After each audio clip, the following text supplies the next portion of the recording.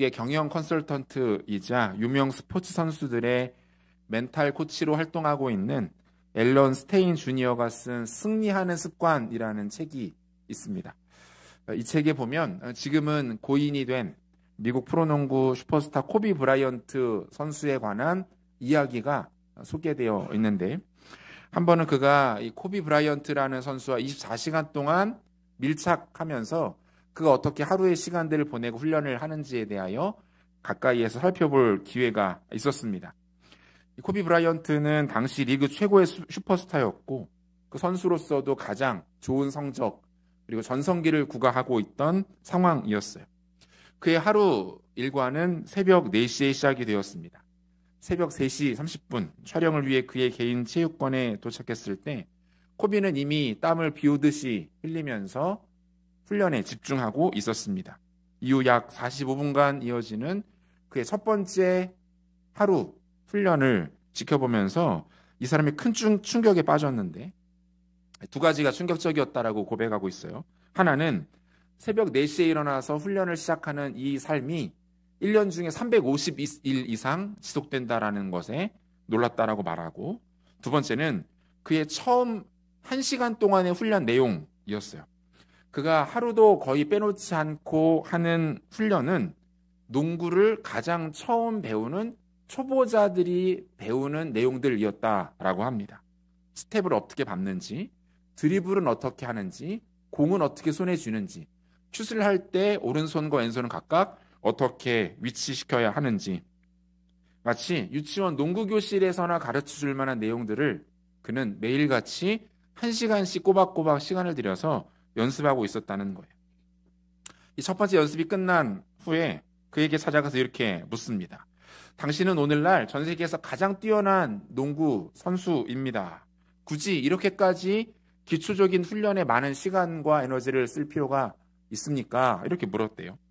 그러자 이런 대답이 돌아왔다고 합니다.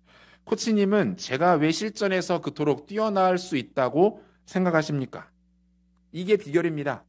이 첫 1시간이 저의 비결이에요. 저는 한 번도 기본 동작을 연습하는 것에 실증을 내본 적이 없습니다. 이게 제일 중요합니다. 아니, 이것이 전부입니다. 이렇게 말했다는 거예요. 사실 어떤 분야든지 마찬가지인 것 같아요. 그 분야의 대가들에게서 우리는 이와 비슷한 대답 또는 태도를 발견할 수가 있습니다. 기본기의 중요성이죠. 기본적인 것을 수없이 반복해서 훈련하고 익히는 것. 그것이 바로 소위 말하는 내공이고, 그 내공이 한 사람의 실력과 수준과 인격과 삶 전체를 지배한다라고 말해도 과언이 아닐 것입니다. 우리 신앙에 있어서도 크게 다르지 않다라고 생각합니다. 물론 믿음은 스스로의 노력으로 쟁취하고 획득하는 것은 분명 아닙니다. 믿음은 하나님께서 택하신 당신의 백성들에게 선물로 주시는 것이고 우리는 그것을 은혜로 받게 되는 것이죠. 하지만 믿음은 하나님께로부터 100% 일방적으로 주어지는 것만은 아닙니다. 우리 안에 마치 갇혀있는 가축들처럼 지붕이 열리고 먹이나 사료가 떨어지는 것처럼 그렇게 주어지는 것이 아니라는 거예요. 한 사람의 믿음의 성장과 성숙은 분명히 하나님께로부터 시작되는 것이지만 그것은 하나님이 주시는 은혜와 인간이 그것에 대하여 반응하는 태도 또한 믿음, 그것에 대해 어떻게 반응하는가에 따라 얼마든지 달라지고 완성될 수 있다라는 거예요. 하나님이 우리 가운데 은혜로 주시는 것들이 어떻습니까? 우리 개인의 믿음, 또 노력, 성품, 반응, 수고와 노력을 통해서 빚어져 가고 완성되어져 간다라는 겁니다. 이렇게 주변에서 보면은 저분 참 믿음이 좋다, 신실하다, 귀한 신앙이다라고 하나님 앞에서뿐만 아니라 성도들에게서도 칭찬을 받는 분들이 계십니다.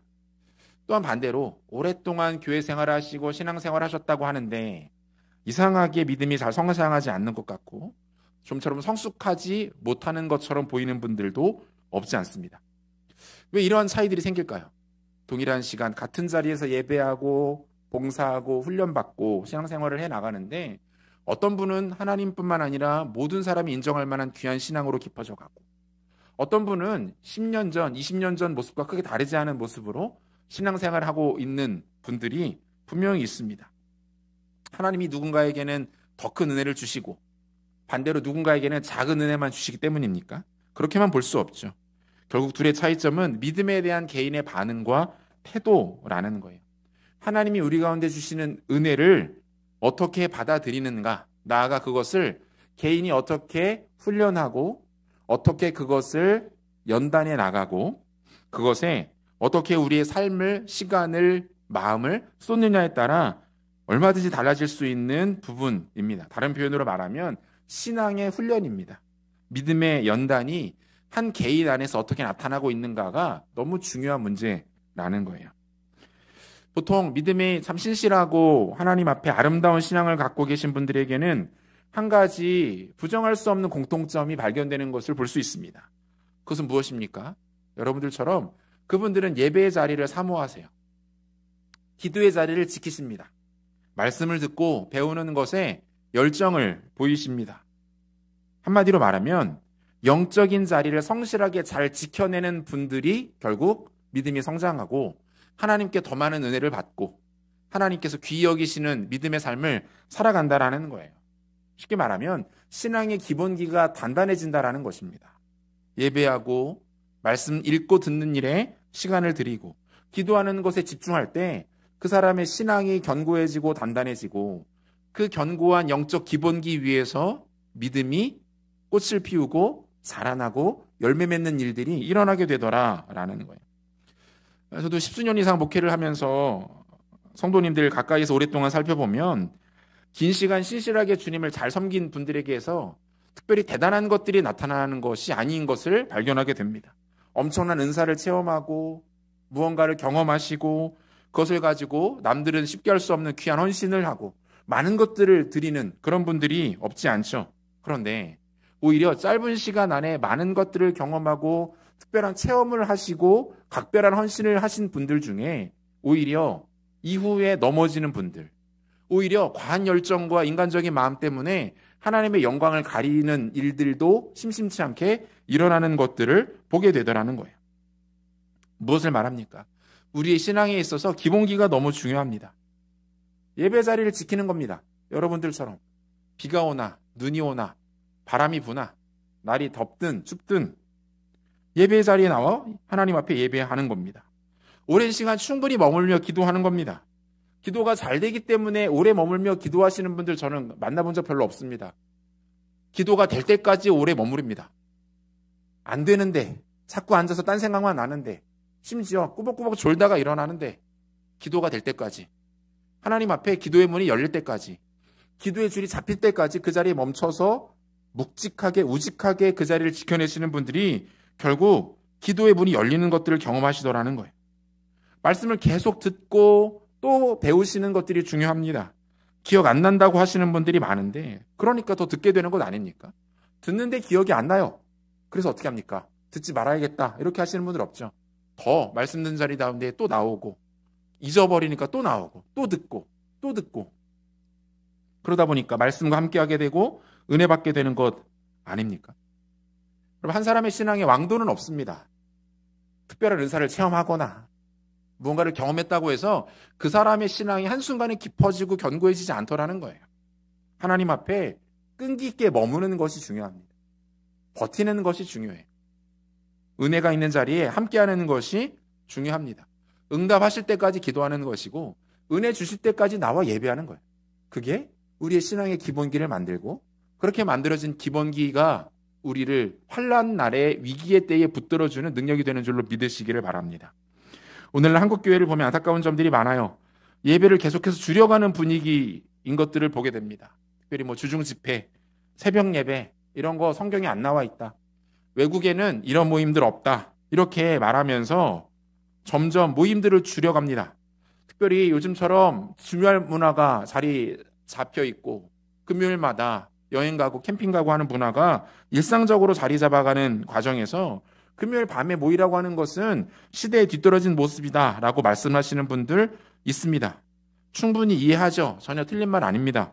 그런데 그럼 교회가 언제부터 꼭 그렇게 적당한 것만 했습니까? 성경에 시대에 걸맞게 사역하라고 어디 나와 있습니까? 하나님 백성들이 많이 모이지 않으면 안 해도 된다라는 말이 성경에 어디 나와 있습니까? 그러면 그 시간에 성도들이 다른 곳에 있으면 그분들이 그곳에서 하나님 예배합니까? 그만큼 말씀 듣고 기도합니까? 금요일에 모이고 새벽에 나와 기도하는 것이 진짜 소모적이고 낭비라고 생각하는가? 어떻게 그렇게 생각할 수 있는가? 질문을 던지지 않을 수가 없는 것이죠. 자, 이렇게 말씀을 들어보면 예배에 대한 선한 부담을 갖고 계신 분들이 우리 교인들 중에 많으세요. 너무 감사하죠. 저한테 직간접적으로 그렇게 많이 말씀해 주세요. 담임 목사가 저렇게 혼자 앞에서 애쓰는데 내가 나가서 좀 앉아 있어 줘야지. 도와줘야지. 피곤하고 힘든데 그래도 가서 도움이 되어 줘야지. 너무 감사하고 귀하죠. 너무 감사합니다. 그런데 여러분, 그 전에 우리가 반드시 기억하고 알아야 될 것이 하나가 있는데, 우리가 이 자리를 지키는 것이 아니라 이 자리가 여러분들을 지켜주는 겁니다. 이 자리가 우리를 지켜주고 이 자리가 우리의 영적 기본기뿐만 아니라 위기와 환난의 때에 우리를 가장 안전하게 붙들어주는 영적 힘의 근원이 되는 줄로 믿으시기를 바랍니다. 예배를 한두 번 빠지면 몸은 편할지 모르겠어요. 그런데 영혼이 혼탁해지는 것을 금방 느낍니다. 영적인 사람들은 기가 막히게 알아요.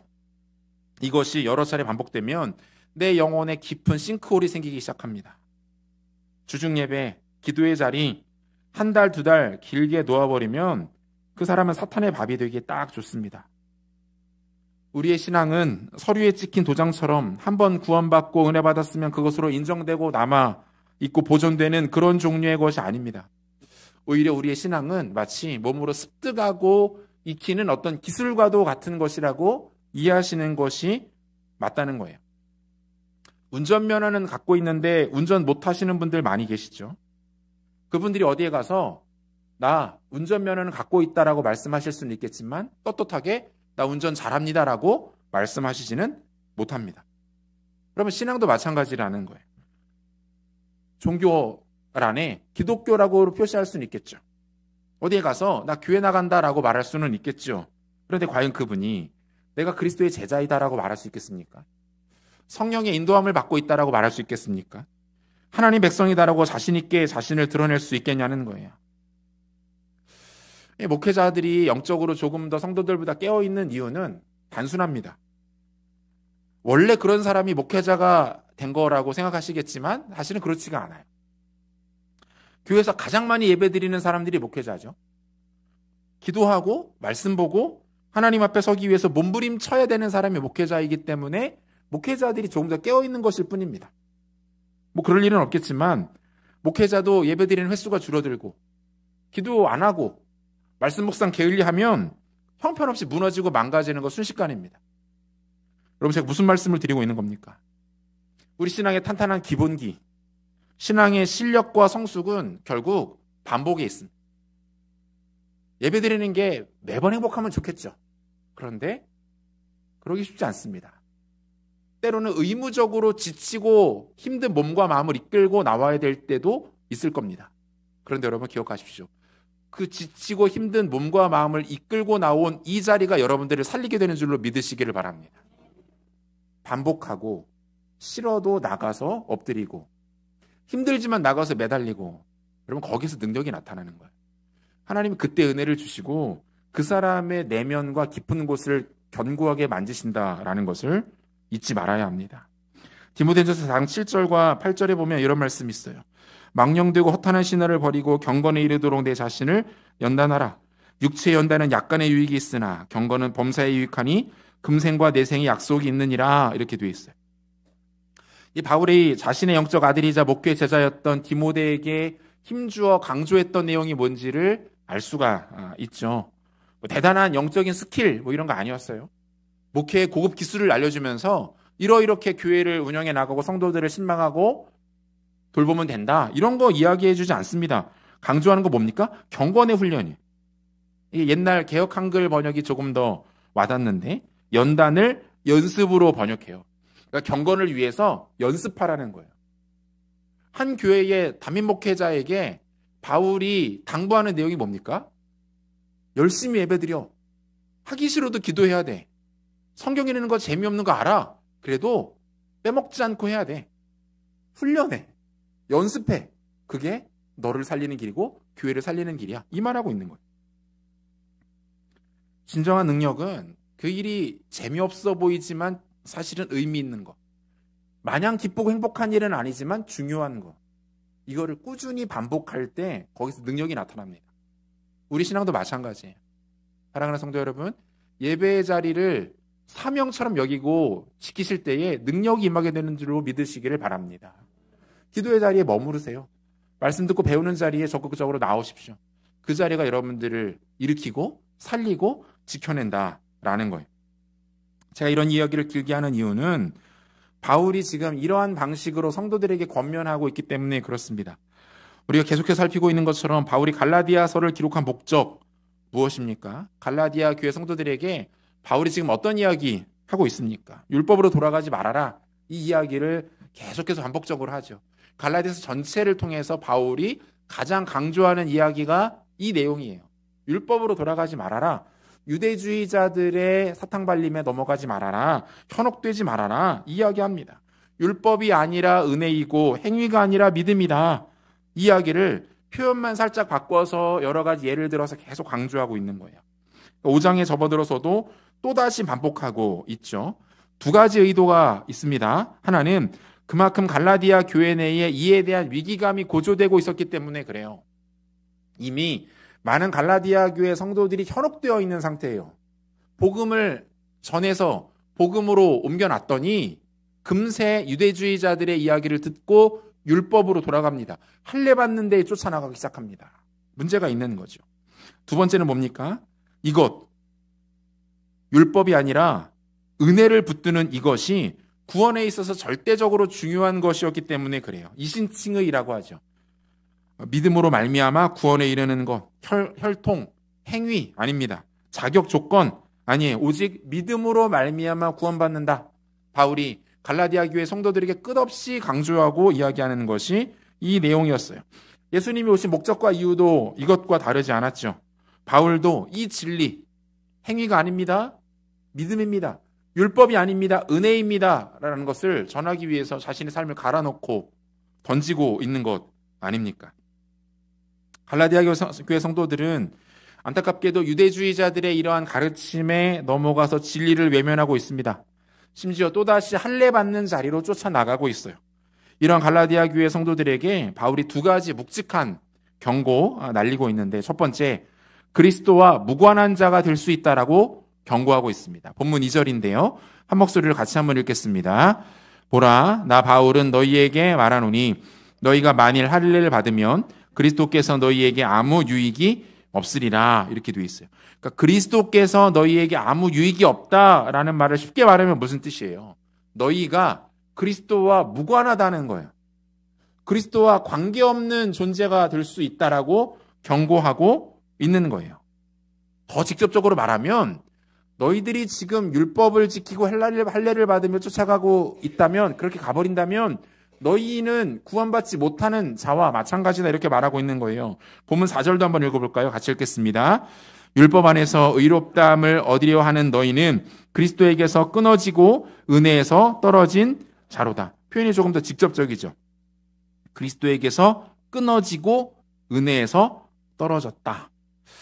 이 말은 자칫 잘못하면 이렇게 오해가 될 수 있는데, 그러면 갈라디아 교회 성도들 중에서 한 번 구원받았다가 구원이 취소되는 것을 의미하는 것입니까? 이렇게 질문하게 될 수도 있겠죠.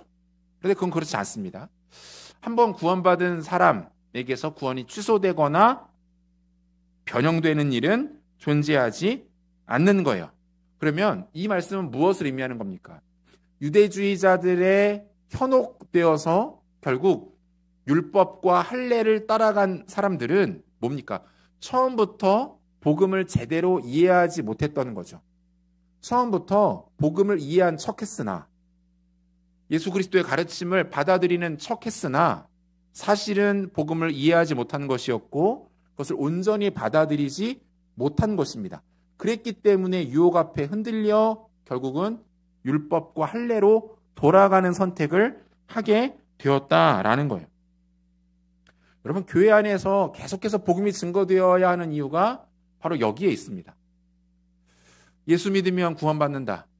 예수 그리스도만이 죄인이 죄를 씻을 수 있는 단 하나의 방법이다 라는 이 복음의 핵심적인 가르침이 교회에서 계속적으로 선포되어야 합니다. 복음의 의미에 대해서 계속적으로 설명되어야 합니다. 이 이유가 여기에 있는 거예요. 매번 비슷한 이야기, 똑같은 이야기가 반복되는 것처럼 느껴질 수 있는데 복음은 우리가 계속 들어야 되는 거예요. 또다시 마음에 새기고 붙들어야 하는 것입니다. 영적인 영역이 그렇게 만만치가 않기 때문에 그런 거예요. 자신은 나는 평생을 열심히 교회 생활을 해왔는데 교회에서 직분도 받고 봉사도 하고 헌금도 많이 하고 나름 애를 쓴다고 썼는데 결국 구원받지 못하고 천국 문 앞에 갔는데 예수님이 우리를 향하여 내가 너가 누군지 도무지 알지 못하겠다라는 말씀을 듣게 되는 일이 있을 수 있다는 거예요. 이게 얼마나 심각한 일입니까? 얼마나 비참한 일이에요. 복음을 매번 새롭게 듣고 순전하게 받아야 하는 이유가 여기에 있는 거예요. 요한복음 13장 보면 예수님께서 제자들과 마지막 식사 나누시면서 제자들의 발을 씻겨주시는 장면이 나옵니다. 그때 베드로가 펄쩍 뛰면서 예수님 뜯어 말립니다. 아니 예수님 지금 뭐 하시는 겁니까?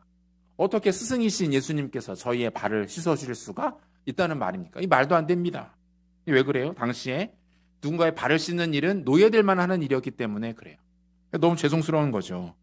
그러자 예수님께서 뭐라고 말씀하십니까? 요한복음 13장 8절인데요. 같이 한번 읽겠습니다.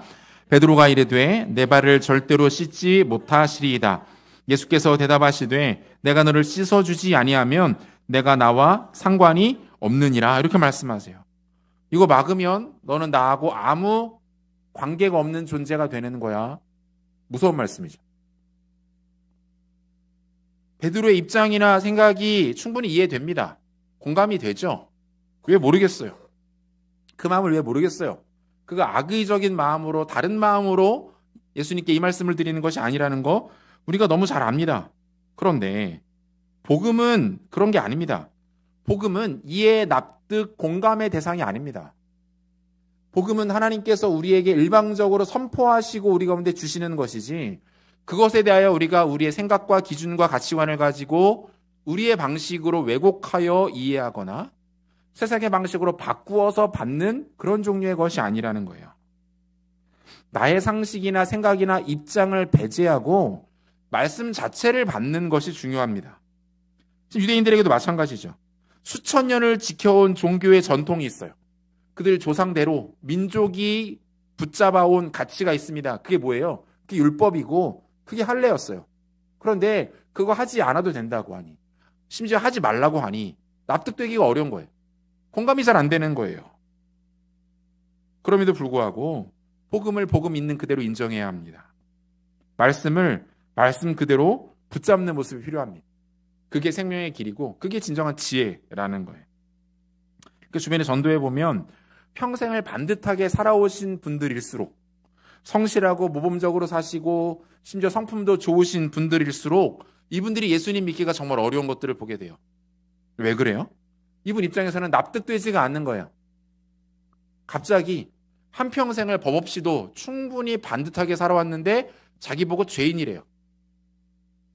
나는 나름의 원리와 원칙과 양심에 따라 반듯하게 살아왔고 이대로 가면 괜찮을 것 같은데 그렇게 가면은 구원받지 못한대요. 납득되지 않는 거예요. 이런 분들이 전도하기 참 어렵습니다. 불편한 거예요. 유대주의가 이것을 보여주고 있죠. 종교의 가장 기본적인 원리를 말하잖아요. 행위 구원과 자력 구원. 자기가 무언가를 노력해서 구원을 얻고 자신의 힘으로 행위를 통해서 구원을 얻으려고 하는 것이 유대주의의 핵심이고 실제로 수많은 종교들이 이것을 종교적 원리로 적용하고 있습니다. 그런데 여러분, 행위 구원과 자력 구원이야말로 인간의 이성이나 사고에 가장 어울리는 개념처럼 보이지만 조금만 생각해보면 여기에는 답이 없습니다. 그죠? 죄인인 인간이 죄 문제를 해결하기 위해서 이 두 가지 접근이 필요한데 뭐 합니까? 고행하라고 말해요. 고행을 통해서 당신의 죄를 씻으십시오. 이렇게 말합니다. 그러면 물어야 되죠. 얼만큼이나 어떤 고행을 해야 됩니까? 도대체 어떤 고행을 어느 정도까지 해야지 내 죄가 씻음받을 수 있다는 말입니까? 두 번째, 선행을 해야 된대요. 고행으로 죄를 씻고 선행으로 구원받을 수 있도록 해야 된다고 합니다. 그러면 얼마나 자주, 어디까지 도대체 선행을 해야지 해결되냐는 거예요. 정답이 있습니까? 기준이 있나요? 없어요. 이 답과 기준이 없다는 것이 얼마나 무서운 일인 건지 몰라요. 만약에 나보다 더 고행을 많이 한 어떤 사람이 내 옆에 와가지고 한숨을 쉬면서 말하는 거예요. 나는 아직도 부족해. 이대로는 없고 만족이 없는 거예요. 그런데 여러분, 복음의 원리는 어떻습니까? 상대평가가 아닙니다. 절대평가예요. 믿으면 구원을 받는 겁니다. 하나님이 기준이시기 때문에 그분이 제시한 조건을 받아들이면 구원을 받는 거예요. 다른 사람을 볼 이유가 없습니다. 나보다 더 죄를 많이 지은 어떤 사람, 나보다 죄를 덜 지은 어떤 사람, 의미가 없습니다. 하나님이 제시하시는 구원의 조건을 믿음으로 받아들이면 값없이 죄사함을 받아 구원에 이른다라고 말씀하고 있는 거예요. 유럽의 중세시대 때 친구였던 두 수도사가 있었습니다. 한 명은 율법주의에 깊이 젖어 있었어요. 이 사람 깊은 산속으로 들어가서 금식을 하면서 수행하고 있었습니다. 수행은 길고 깊어졌지만 기쁨과 평안이 없었어요. 그러던 어느 날 생필품을 구하기 위해서 마을로 내려왔습니다. 마을에 내려왔는데 그 자신의 친구였던 또 다른 수도사를 마을에서 만난 거예요. 그는 마을에서 가난한 이들을 돕고 아픈 환자들을 돌보면서 진정한 기쁨과 평안을 누리고 있었습니다. 산속 수도사가 친구에게 찾아가 묻습니다. 이보게 친구, 자네는 어쩜 그렇게 행복하고 기쁨을 누리고 있는가? 참 자유로워 보이네. 어떤 수행 방식으로 수련했는지 알려줄 수 있겠는가? 그러자 복음을 알고 있었던 이 친구는 이렇게 말합니다. 이봐, 친구, 우리의 힘으로는 구원받을 수 없다네. 오직 예수님을 믿고 의지할 때 참된 기쁨과 만족을 얻을 수 있다네. 자네는 구원받기 위해서 고행과 선행을 하지만 나는 이미 구원받았기 때문에 선행을 하고 있을 뿐이라네 라고 말했다는 것. 사랑하는 성도 여러분, 바른 복음으로 돌아가서 하나님 말씀을 있는 그대로 받으시기를 바랍니다. 그것이 우리의 영혼을 살게 합니다. 우리가 진정한 구원의 기쁨을 누리도록 인도할 것입니다. 두 번째, 피곤하고 무기력한 삶을 살아가게 될 거라고 경고하고 있습니다. 할례로 돌아가려는 성도들에게 바울이 날리는 묵직한 경고는 뭡니까? 결국 그 삶을 따라가면 피곤하게 될 것이고 무기력함만이 남게 될 것이다. 이렇게 말해요. 본문 3절인데요. 같이 읽겠습니다. 내가 할례를 받는 각 사람에게 다시 증언하노니 그는 율법 전체를 행할 의무를 가진 자라. 이렇게 돼 있어요. 그러니까 다시 할례를 받는다는 것은 무엇을 의미한다고 했습니까? 그리스도와 복음을 떠난다는 거예요. 그리고 다시 율법 전체를 책임지는 삶을 살아가야 한다는 것을 의미하는 겁니다. 이 얼마나 어리석은 거예요. 예수님이 우리에게 있는 모든 짐을 다 벗겨주셨습니다. 가벼워요. 자유로워요. 그런데 스스로 어디론가 주섬주섬 가더니 다시 짐을 짊어지기 시작합니다. 그 길로 돌아가겠다는 거예요.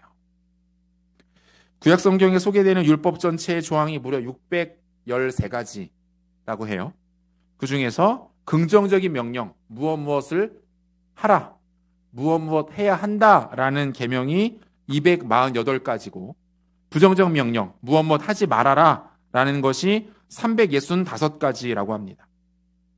그러니까 율법을 다 지킨다는 것 자체도 불가능하지만 만약에 긍정적인 명령 247개를 행하고 마지막 1개를 지키지 못했다면 하나님이 야 그래 하나는 봐줄게. 아깝잖아. 너 수고했다. 합격. 아니에요. 율법은 그런 게 아닙니다. 반대로 부정적 명령 중에 364개 꾹 참고 하지 않았는데 마지막 1개를 실수로 저질러 버렸다면 그것 또한 실패예요. 그 한 번의 실수, 한 차례의 실패 때문에 구원에 이르지 못하는 것이 율법의 원리입니다. 이 매 순간 얼마나 전전긍긍하고 노심초사하면서 살아가게 되겠습니까? 예수님 이 땅에 오신 가장 중요한 이유 중에 하나가 이것 아닙니까? 너희가 하면 힘들어. 아니 못할 거야. 그런데 내가 할게. 나를 믿으면 내가 한 게 너희가 한 것으로 인정돼. 그러므로 나만 믿고 따라와. 예수님이 율법을 완성하시잖아요. 인간이시지만 죄가 없으신 그분이 율법을 친히 성취하셨어요. 하시죠. 마태복음 5장 17절. 내가 율법이나 선지자를 폐하러 온 줄로 생각하지 말라. 폐하러 온 것이 아니요 완전하게 하려 함이라. 이렇게 말씀하고 로마서 10장 4절입니다. 그리스도는 모든 믿는 자에게 의를 이루기 위하여 율법의 마침이 되시느니라. 모든 사람이 의롭다함을 얻으시기 위해서 예수님이 하신 일이 뭐래요? 율법을 친히 완성하시는 일이다. 우리가 앞에서도 살폈지만 여러분 율법의 목적과 기능은 따로 있습니다. 뭡니까? 우리의 무능력함을 드러내는 거죠. 아, 나는 안 되는구나. 내 힘만으로는 구원에 이를 수 없구나. 행위 구원, 자력 구원 불가능하구나. 그러면 어떻게 구원받아야 하지? 아, 예수님이 계시는구나. 예수님 믿으면 그분이 율법을 완성하셨기 때문에 그분이 행하신 일이 나의 일이 되는구나. 구원에 이르는 길을 알려주는 게 율법이에요. 율법을 통해서 구원에 이르는 것이 아니라 구원에 이르는 길 예수 그리스도로 우리를 안내하는 것이 율법이라는 겁니다. 그래서 예수님은 이렇게 선언하실 수가 있었던 거죠. 마태복음 11장 28절인데요. 같이 읽겠습니다. 수고하고 무거운 짐진 자들아 다 내게로 오라. 내가 너희를 쉬게 하리라. 율법의 짐. 무엇을 하면 또 무엇을 안 하면 구원 받을까? 못 받을까? 어떻게 되나? 전전긍긍할 필요가 없다는 것. 예수님 믿고 그분이 나를 위해 십자가에 달려 죽으시고 부활하셨다라는 역사적 사실을 인정하고 고백하며 받아들이면 모든 율법의 짐이 우리에게서 벗어지는, 자유로워지는 구원의 기쁨과 영광만을 누리며 살아갈 수 있게 된다라고 말씀하고 있는 거예요. 농촌에서 목회하시는 한 목사님이 하루는 경운기를 몰고 논두렁을 가고 계셨대요. 그런데 저 앞에 보니까 교회 권사님 한 분이 그 장봐온 그 짐을 배낭에 무겁게 짊어지고 걸어가시더라는 겁니다. 세웠어요. 권사님 빨리 타세요. 힘들게 그렇게 가지 마시고 모셔드릴 테니까 경운기에 올라타세요. 그런데 권사님이 경운기에 서셔서도 짐을 내리지 않고 어깨에 그대로 메고 계시더라는 거예요. 목사님 묻습니다. 아니 권사님 무겁게 왜 짊어지고 계세요? 빨리 배낭 내려놓으세요. 권사님 이렇게 말씀하셨대요. 아니 나를 태워준 것도 고마운데 내가 여기에 짐까지 내려놔도 되겠습니까? 여러분 이게 우리의 모습 아닙니까? 예수님이 우리 가운데 모든 짐을 벗어놓으라고, 내가 짊어지겠다고, 편안하게 쉬며 가라고, 나와 함께 가자고 말씀하시는데 우리는 그분의 손을 잡고도 여전히 짐을 짊어지고 있는 거예요. 이 모습이 우리 가운데 없기를 바랍니다. 모든 것을 주님께 내어 맡기고 율법이 아니라 예수 그리스도를 믿는 믿음, 그 믿음의 생명과 구원과 쉼이 있다라는 사실을 믿으시고 예수의 손을 굳게 붙잡고 믿음의 길을 걸어가시는 성도님들 되시기를 소원합니다. 본문 5절과 6절을 통해서 말씀의 결론에 한번 도달해 보도록 하겠습니다. 5절 6절 같이 읽습니다. 우리가 성령으로 믿음을 따라 의의 소망을 기다리노니 그리스도 예수 안에서는 할례나 무할례나 효력이 없으되 사랑으로서 역사하는 믿음뿐이니라. 뭐라고 말씀합니까? 복음을 선택하고 그 안에 거하는 자들의 허락되는 것은 성령과 믿음입니다. 그런데 이 성령과 믿음이 우리 안에 이미 허락되어 있다는 것을 확인할 수 있는 방법이 하나가 있대요. 그게 뭡니까? 소망을 통한 기다림. 소망을 통한 기다림. 여기서 소망이라는 단어가 헬라어로 엘피다라는 단어인데 이 엘피다라는 단어는 막연한 기다림이 아닙니다. 막연한 기다림은 이러는 거예요. 내일은 날씨가 좀 좋았으면 좋겠는데, 남부지방에 비 많이 왔다고 하는데 비가 좀 안 왔으면 좋겠는데, 확정될 수 없는 막연한 기대. 이 엘피다는 그런 게 아니에요. 엘피다는 반드시 올 것에 대한 기다림입니다. 확신에 찬 기다림이 소망. 이게 엘피다예요. 사랑하는 사람이 귀국을 한다는 소식을 들었어요. 공항에 나갑니다. 그를 기다립니다. 뜨죠? 비행기가 도착했습니다. 지금 화물을 밖으로 내보내고 있는 중입니다. 곧 있으면 문이 열릴 것이고 사랑하는 사람이 짐을 찾아서 나오게 될 겁니다. 그것을 바라보는 그 마음이 엘피다예요. 이미 정해진 것이 반드시 오게 될 것을 바라보는 그 마음. 그게 소망입니다. 예수 믿고 구원받아 성령을 소유한 자들에게는 이 소망이 있습니다. 어떤 소망입니까? 내가 하나님 앞에 더 깊어지고 온전해질 것에 대한 소망이에요. 이 땅 살아가지만 힘겹게 하루하루 비틀거리며 걸어가지만 이 길 끝에 주님이 계시기에 주님이 나를 온전하게 하시고 나를 완성시키실 것이고 영원토록 쇠하지 않을 하늘의 영광과 천국을 약속하신다라는 그 소망 가지고 가는 자가 예수 믿고 승리한 자라고 말씀하고 있는 것입니다. 오늘 저 여러분에게 이 소망 주셨으니 예수 믿고 그분을 더욱더 가까이 함으로 말미암아 참된 구원과 소망과 기쁨의 영광을 온전히 누리시는 지혜로운 백성들 되시기를 우리 구주 예수 그리스도 이름으로 축원합니다.